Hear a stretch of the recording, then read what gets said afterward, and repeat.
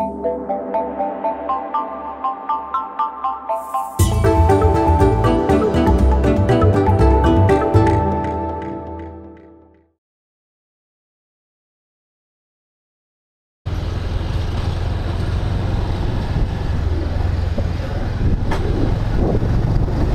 I see what you mean.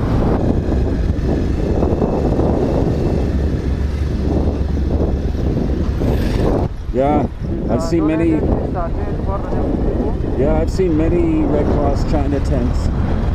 Oh yeah.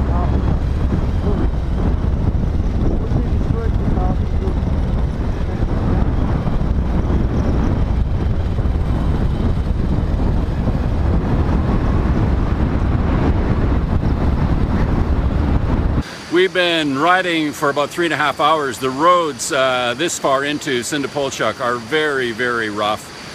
And so I'm just off the bike right now. I'm going to take a walk up here because it's just too hard for two of us to ride on some of this patch of road.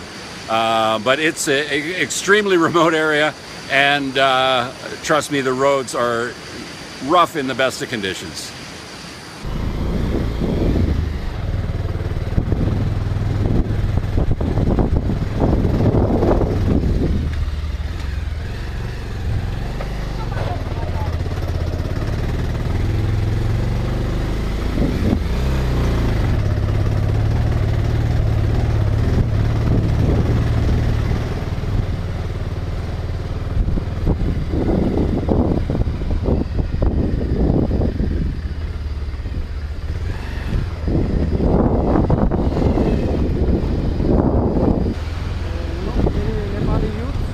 Yeah, Nepali youth. And they come to here for the volunteer. Oh.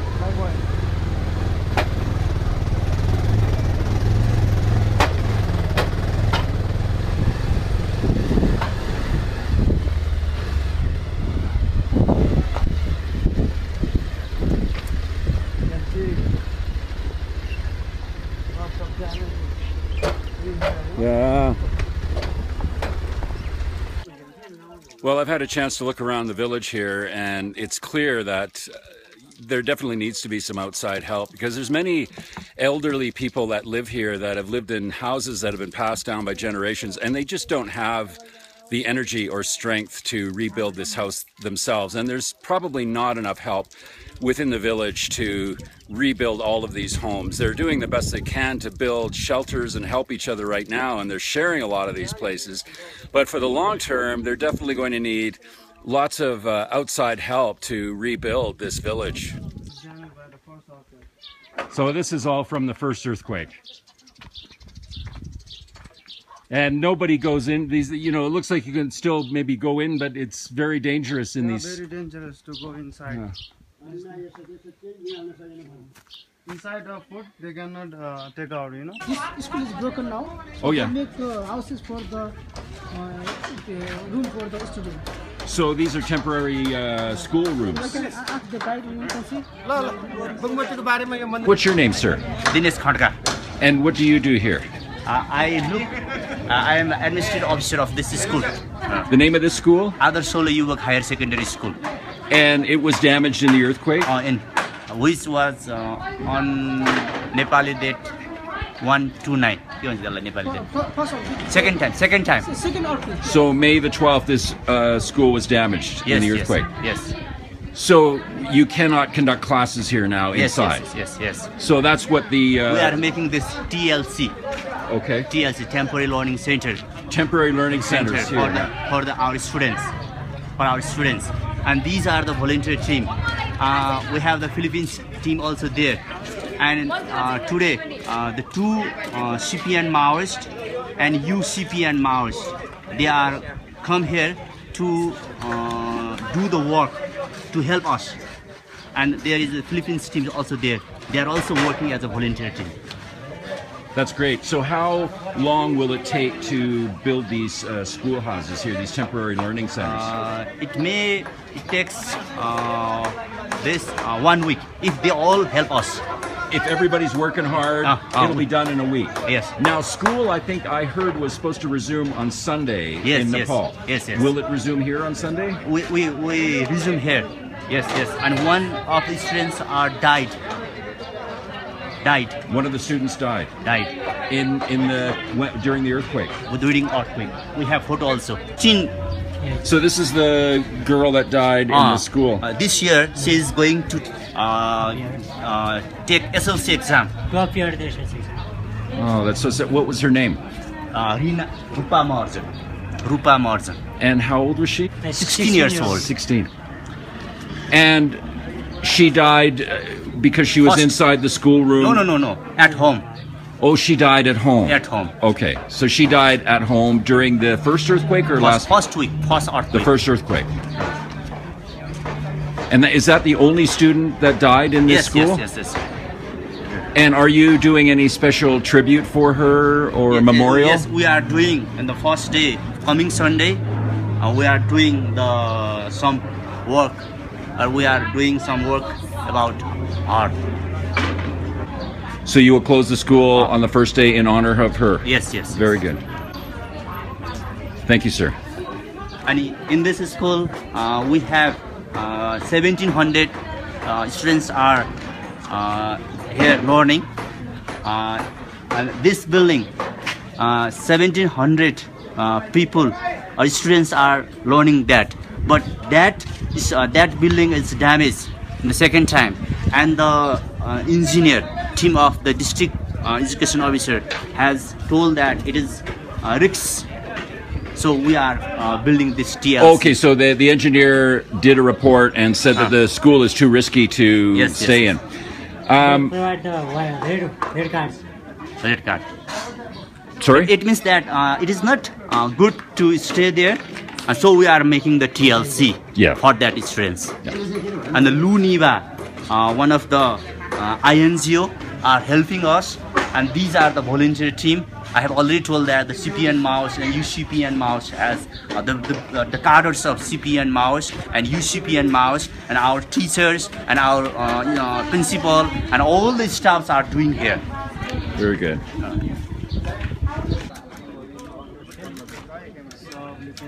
Now this is the Philippines team. This is the Philippine team. Oh, very good. They are doing as a volunteer work, disaster volunteer team. Yeah.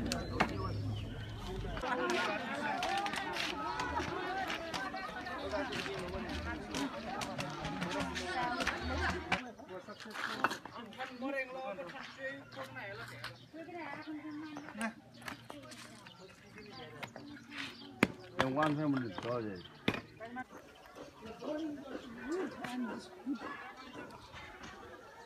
Oh, I see the army's up there, eh?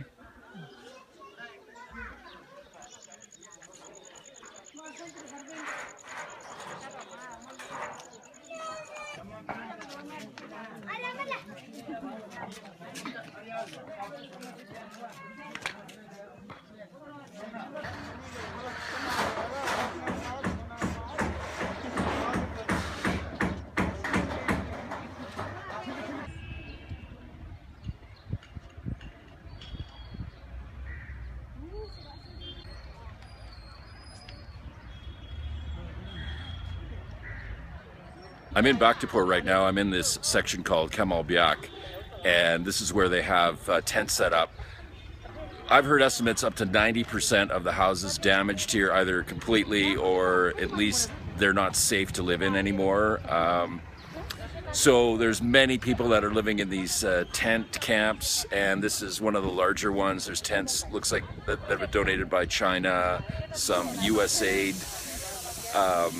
Toilets, sort of rough toilets that they've got here, and but the conditions look extremely uncomfortable for people. I mean, I've seen better tent camps around Kathmandu, and this one looks like it's very difficult living conditions. The school name of Saraswati English School, yeah.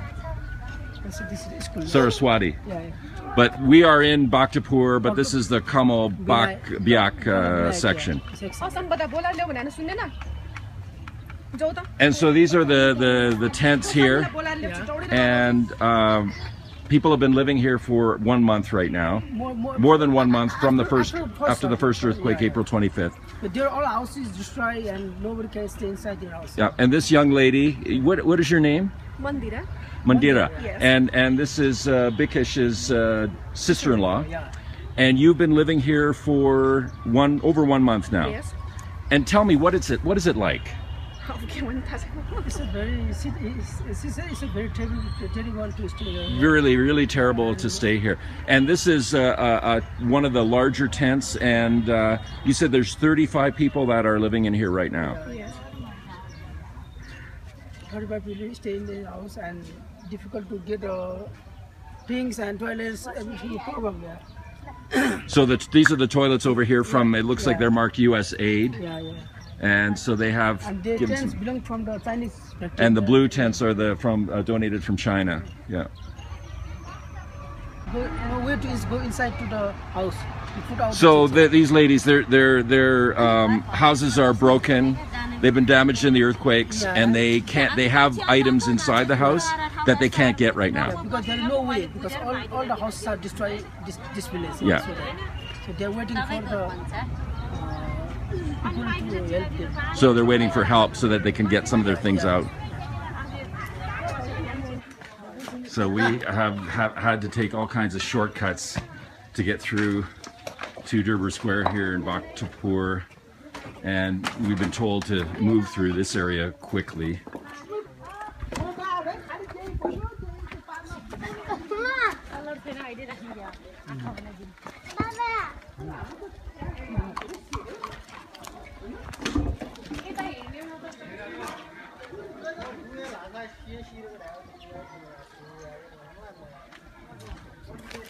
So we're trying to get to Durbar Square right now, and it appears like we're totally blocked. This is a lane that you can see is piled high with debris. It is very frustrating right now walking through Bhaktapur because it appears like we're trapped. It's like a lobster trap in here, and we can't go one way, we can't go another way because all of these lanes are basically, our streets are filled with debris.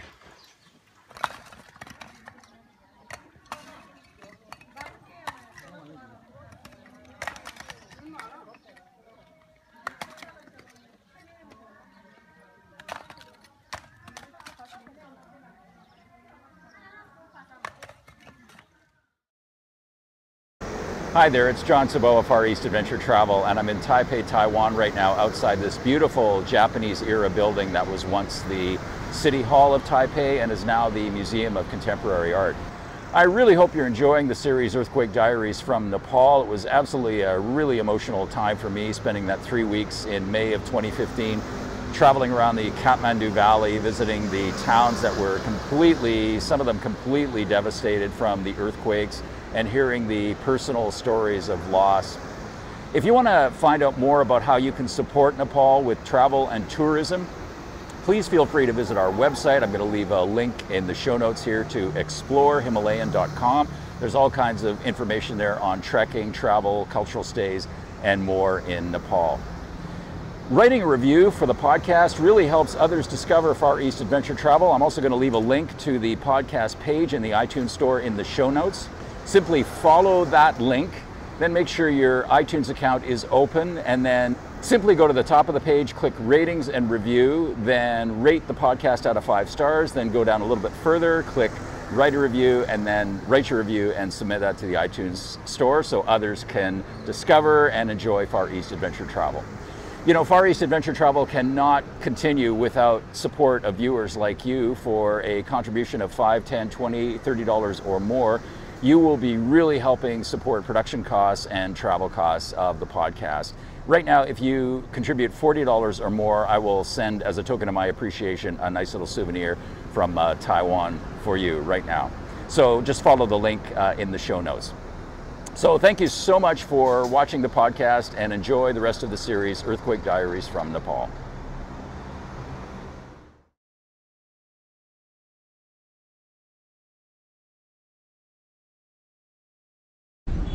Hi there, thanks for joining me here in Kathmandu, Nepal.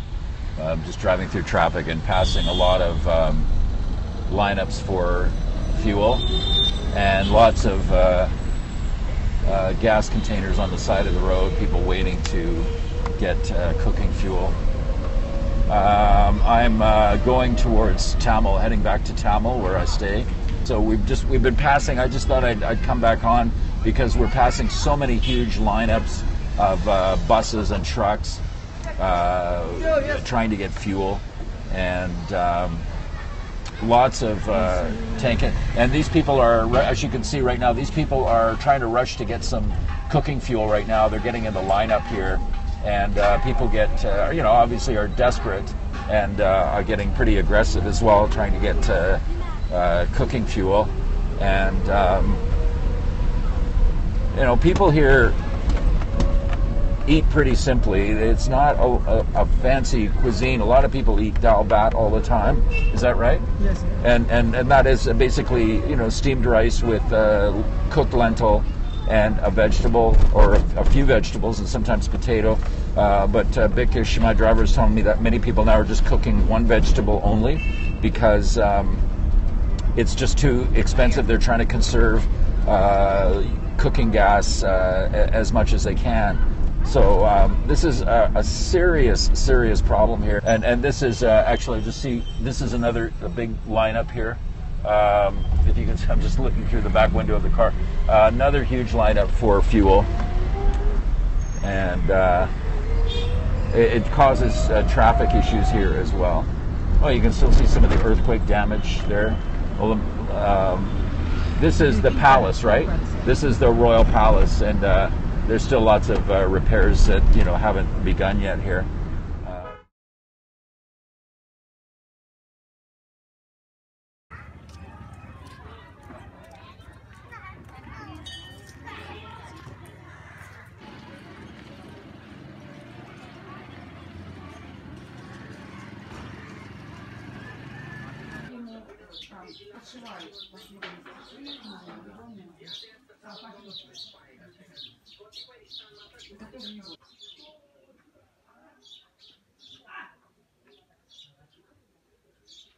I'm here in Bhaktapur at Dattatreya Square, and in this area, when I visited here in May, many of the streets were just absolutely heaped in rubble, and since then they've done a lot of cleanup, but we'll have a look and see what kind of progress they've made.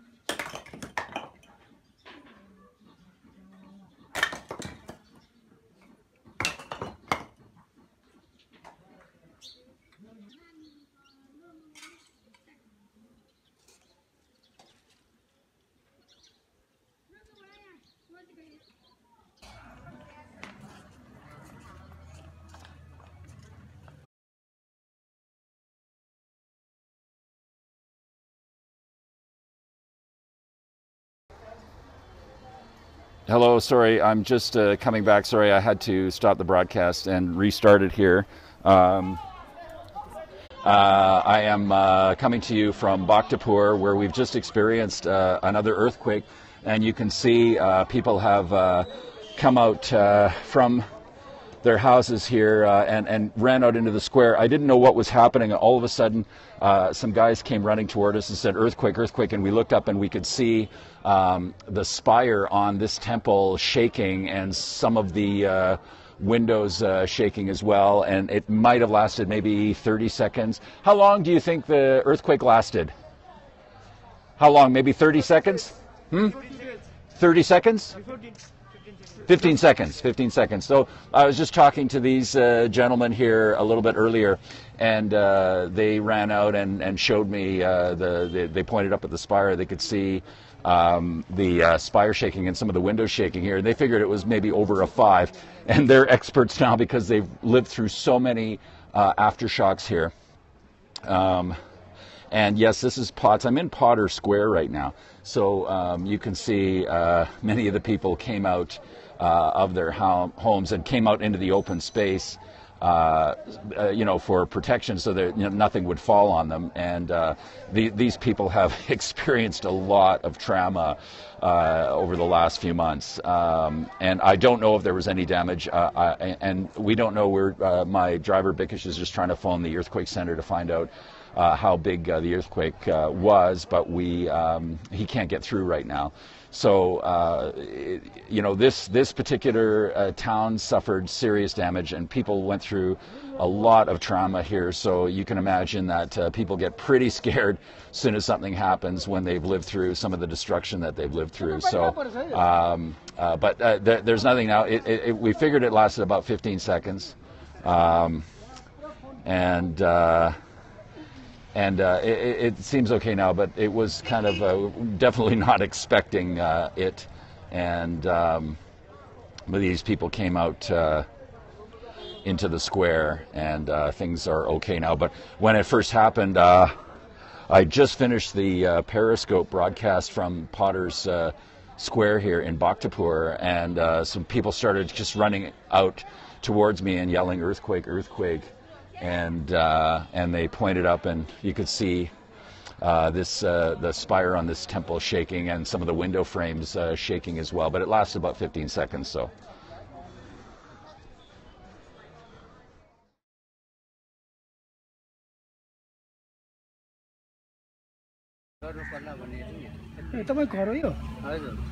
His house is broken down. Now making shelter. He's making a shelter now from where his house was before.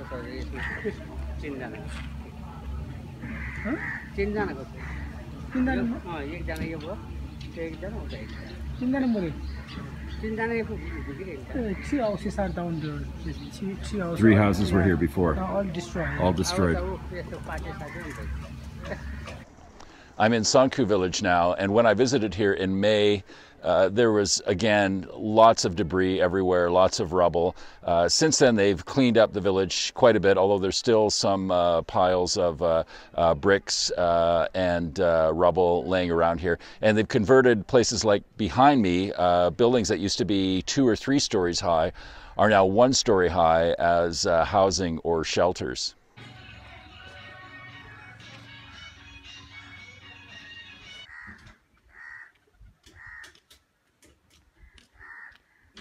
So the mood here in Sanku village is certainly a lot different than it was a few months ago, right after the earthquakes. It seems that people have returned to normal life, at least as best as they can, given the situation, and are returning to some of the rituals and ceremonies that are typical in these small villages in the Kathmandu Valley.